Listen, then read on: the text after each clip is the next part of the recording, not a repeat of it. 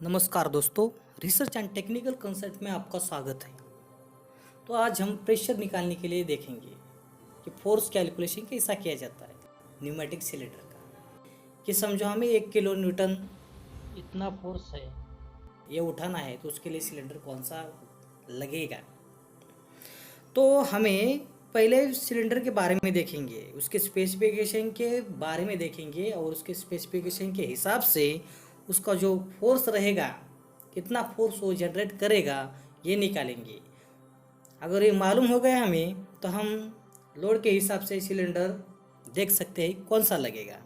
तो समझो, तो इसका फोर्स निकालने के लिए हमें उसके स्पेसिफिकेशन के बारे में देखेंगे। समझो पिस्टन जो है उसकी डायमीटर है 100 mm यानी कि 10 सेंटीमीटर, और जो प्रेशर हम इनपुट देने वाले हैं इस सिलेंडर को वो है 5 kilogram per centimetre square. Diameter मालूम है, प्रेशर मालूम है, तो हम इसका इस्तेमाल करके एरिया निकाल सकते हैं और फोर्स भी निकाल सकते हैं। तो एरिया का फार्मूला है पाई आर स्क्वायर।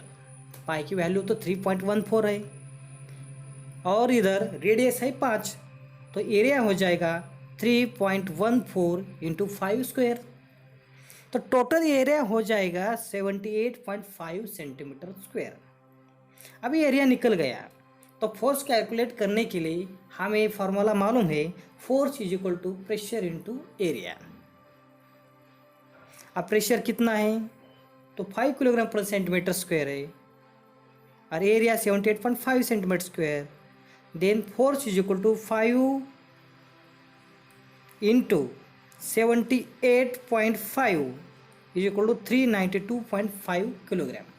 अभी जो फोर्स है 1 किलोग्राम में आ गया, लेकिन हम एसआई यूनिट में अगर देखेंगे तो न्यूटन यूनिट है इसका। तो इसको न्यूटन में कैसे कन्वर्ट करेंगे, तो इसको 9.81 से मल्टीप्लाई करना पड़ेगा। अब 9.81 का हम डायरेक्ट 10 कंसिडर करेंगे राउंड फिगर, तो इसका वैल्यू आ जाएगा 3925 न्यूटन यानी कि 3.925 किलो न्यूटन। अब इसका फोर्स आ गया, लेकिन ये कौन सा फोर्स है, तो ये फॉरवर्ड डायरेक्शन का। फॉरवर्ड यानी कि जो रॉड है वो बाहर आ रहा है ना, उस समय का जो प्रेशर है, ये प्रेशर है वो। अगर ये इनवर्ड जाएगा, रॉड अंदर जाएगा, तो प्रेशर कितना लगेगा, फॉरवर्ड का तो मिल गया। तो उसको कैलकुलेट करने के लिए हमें दो टर्म देखनी पड़ेगी। तो उसके लिए हमें दो टर्म, जो कौन सी है, पिस्टन का एरिया और रॉड का एरिया। तो नेट एरिया निकालने के लिए पिस्टन का एरिया से रॉड का एरिया माइनस करना पड़ेगा। समझो रॉड का डायमीटर जो है ये 4 सेंटीमीटर है, तो इसका एरिया आ जाएगा पाई आर स्क्वायर के हिसाब से 12.56 सेंटीमीटर स्क्वायर। तो नेट एरिया आ जाएगा 78.5 माइनस 12.56 यानी कि 65.94 सेंटीमीटर स्क्वायर। अब नेट एरिया मिल गया, तो फोर्स कैलकुलेट करने में हमें तो फार्मूला मालूम है, pressure into area. Then force आएगा 329.7 किलोग्राम। अब इसको न्यूटन कन्वर्ट करने के लिए 9.81 मल्टीप्लाई करेंगे, तो राउंड फिगर 10 से मल्टीप्लाई कर सकते हैं, तो इसकी वैल्यू आ जाएगी 3297 न्यूटन। तो किलो न्यूटन में 3.297 किलो न्यूटन आ जाएगा। इसका फोर्स निकल गया। अब हम इसका इधर प्रेशर जो दिया है 5 किलोग्राम पर सेंटीमीटर स्क्वायर दिया है, और गेज यूनिट में भी यही यूनिट इस्तेमाल किया जाता है। जो प्रेशर गेज रहता है उसको भी यही यूनिट इस्तेमाल किया जाता है, लेकिन इसका रिलेशन अदर जो रहते हैं एसआई यूनिट, अगर दूसरे कौन से यूनिट जो है प्रेशर मेजरमेंट करने के, तो उनका रिलेशन देखेंगे। तो उनका रिलेशन देखने के लिए पहले हमें सबको इक्वल करना पड़ेगा, सब यूनिट को एक इक्वालिटी में लाना पड़ेगा।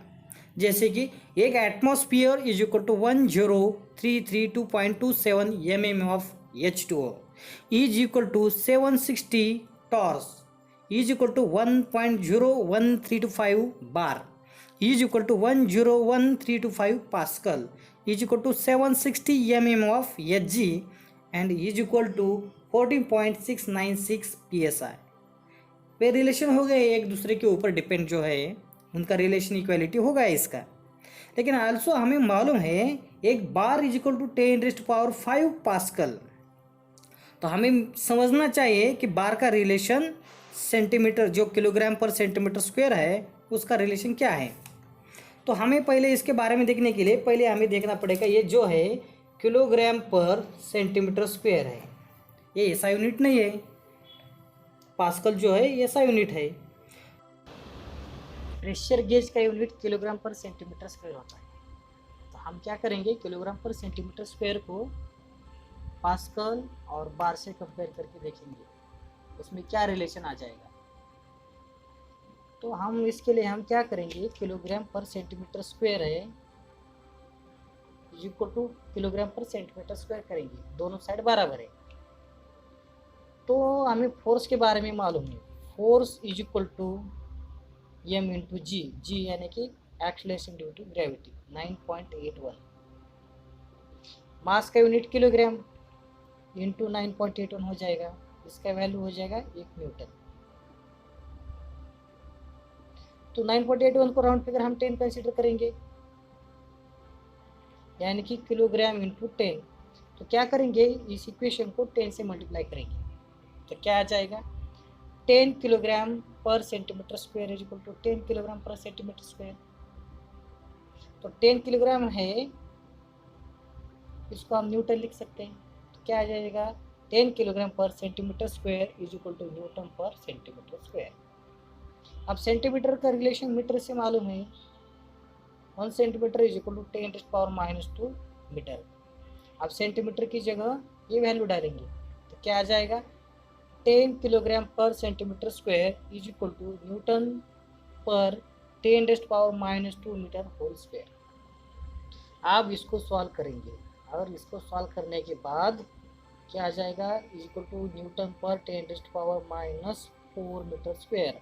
10⁻⁻4 को ऊपर लेके जाएंगे तो क्या आ जाएगा, 10⁻4 न्यूटन पर मीटर स्क्वायर। इसकी वैल्यू आ जाएगी 10 किलोग्राम पर सेंटीमीटर स्क्वायर के बराबर। अभी न्यूटन पर मीटर स्क्वायर यानी कि पास्कल, तो पास्कल का रिलेशन इससे समझ में आ गया।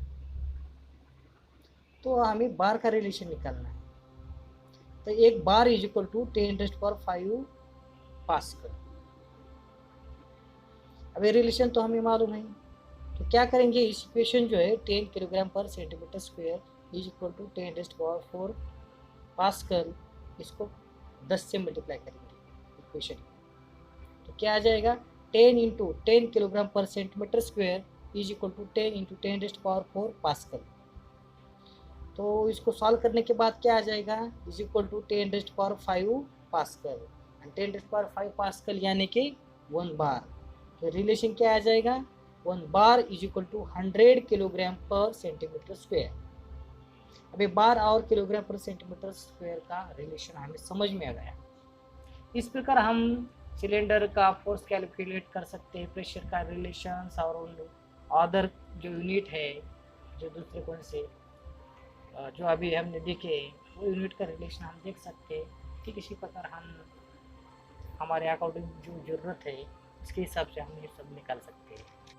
ये आपको समझ में ही आ गया, आपको ये वीडियो अच्छा लगा होगा। Thank you.